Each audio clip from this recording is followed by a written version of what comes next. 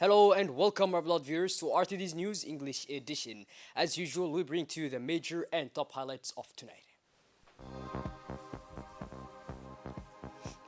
Awareness raising and information workshop on children's rights. The Ministry of Women and Family in Ali Sibeh. And on the international scene, the UN Security Council adopts an immediate ceasefire in the Gaza Strip. Those were the major and top highlights. Welcome back to our newsroom, our beloved viewers. The Republic of Djibouti welcomes the adoption of Resolution 2728-2024 by the United Nations Security Council, calling for an immediate ceasefire for the remainder of Ramadan. Such a ceasefire is of paramount importance to put an end to the suffering of the Palestinian civilian population and to guarantee crucial humanitarian access to meet their most basic medical and humanitarian needs. The government of Djibouti urges Israel to respect the provisions of this resolution and to cooperate fully to ensure its effective implementation. Djibouti reaffirms its unwavering commitment to peace, stability, and security in the region. We will continue to support all efforts aimed at ending the illegal occupation of Palestinian lands and the creation of a viable Palestinian state. As part of its examination of the financial accounts of institutions affiliated to the Ministry of Higher Education and Research, notably the University of Djibouti, the Higher Institute of Health Science, ISSS, and the Djibouti Study and Research Center, CERD, the Finance General Economy and Planning Committee continued its work on Tuesday, March 26, 2024. Chaired by the Honorable Sharmake Musa Are, the meeting was attended by Dr. Nabil Muhammad Ahmed. Ministry of Higher Education and Research resulted in the above-mentioned financial accounts being forwarded with a favorable opinion for adoption at the next public session of the National Assembly. On Monday, the UN Security Council adopted a resolution calling for an immediate ceasefire in the Gaza Strip for the month of Ramadan.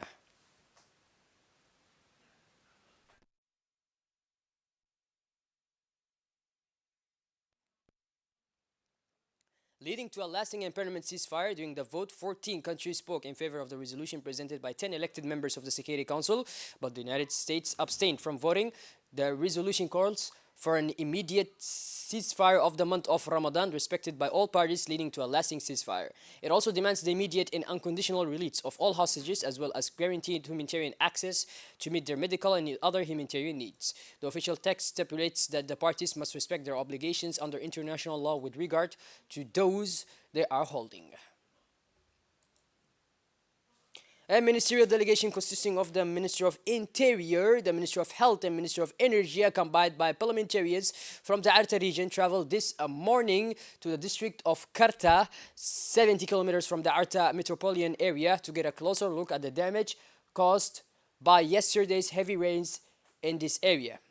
When the ministerial delegation first arrived in Arta, they were greeted by regional authorities led by the government of Arta province and the head of the regional council. The delegation then traveled to Karta district and was warmly welcomed by its residents.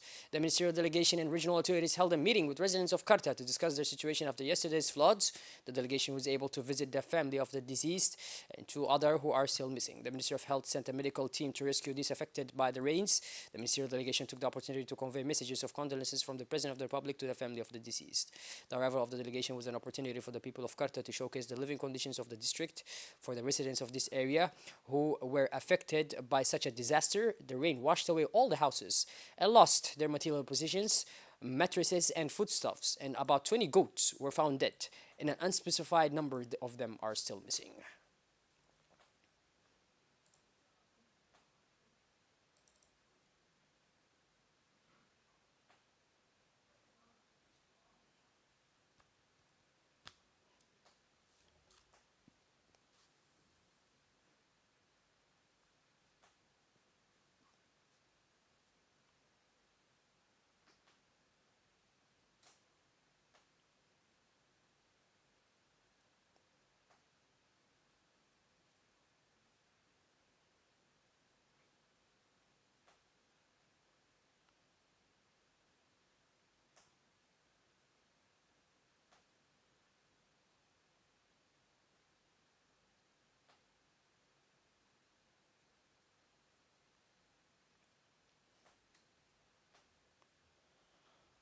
The second district of the government of Djibouti organized an important working meeting with local officials and elected officials from the municipality of Bil'os.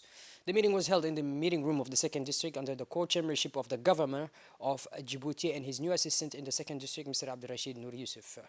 The meeting is part of the promotion of waste minimization, which is an effective way to preserve the environment. The two sides also discussed the need to effective cooperation between the government and the second constituency. During the meeting, local officials and elected officials emphasized the importance of raising public awareness about the challenge of the operations carried out in the framework of waste and wastewater disposal, as well as strengthening waste and wastewater management efforts.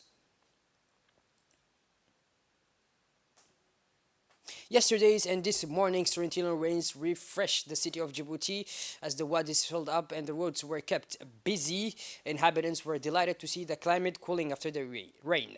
The sub-prefect of the third arrondissement, Mr. Hayabi Hared Gadid, saw for himself the evaluation of the situation and the current state of the city, which separates Djibouti from Balbala, the bridge of Italy. For his part, the subprefect of the third arrondissement, Mr. Habi Hared, expressed his satisfaction with the torrential rain and reassured the population that there had been no material or human damage.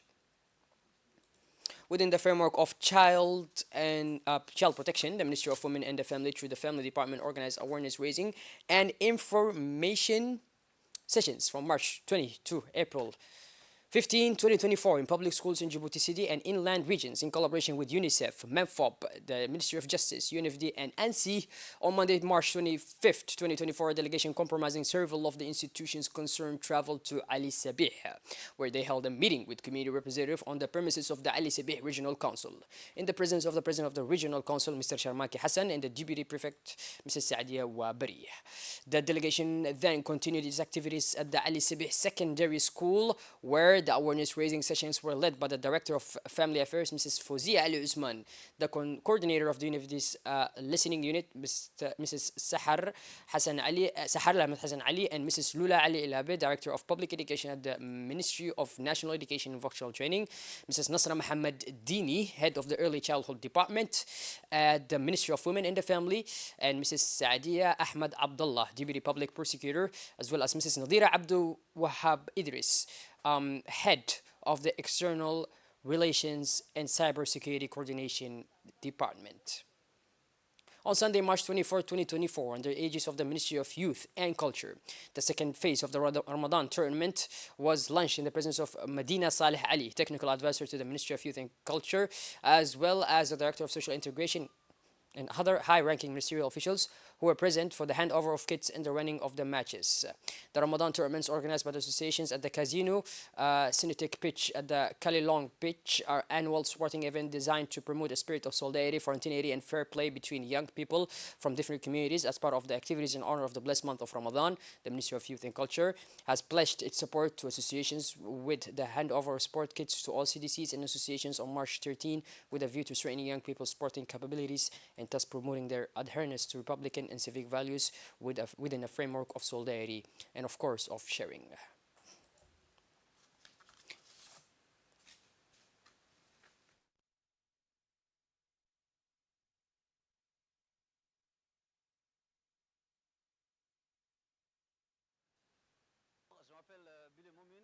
The Red Crescent of Djibouti, in collaboration with the Sister Society of the Red Crescent of Qatar, today distributed a food donation to 85 of the most needy families in the community of Balbala. The ceremony was attended by the Secretary General of the Djibouti Red Sea Crescent, Mrs. Amina Hussein, the Qatari Ambassador to Djibouti, Mr. Muhammad Ali Abdul Rahim, and volunteers from the Djibouti Red Crescent. This timely food donation will enable this population with limited resources to have sufficient food to fulfill the fifth pillar of Islam, the month of Ramadan, its optimal conditions. For her part, Secretary General Amina Hussein emphasized that Djibouti Red Crescent is always on hand to help the population and that it will be giving food to people from the Bilbala commune to the Bil'os commune.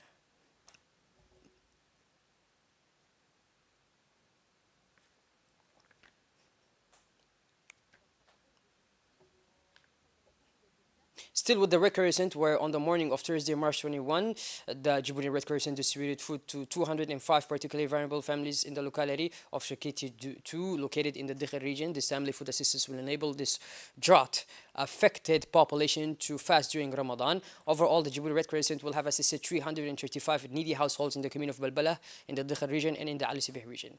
This year's distribution campaign was made possible by financial contribution from the Qatari Red Crescent and the Kuwaiti Red Crescent and Salam Bank.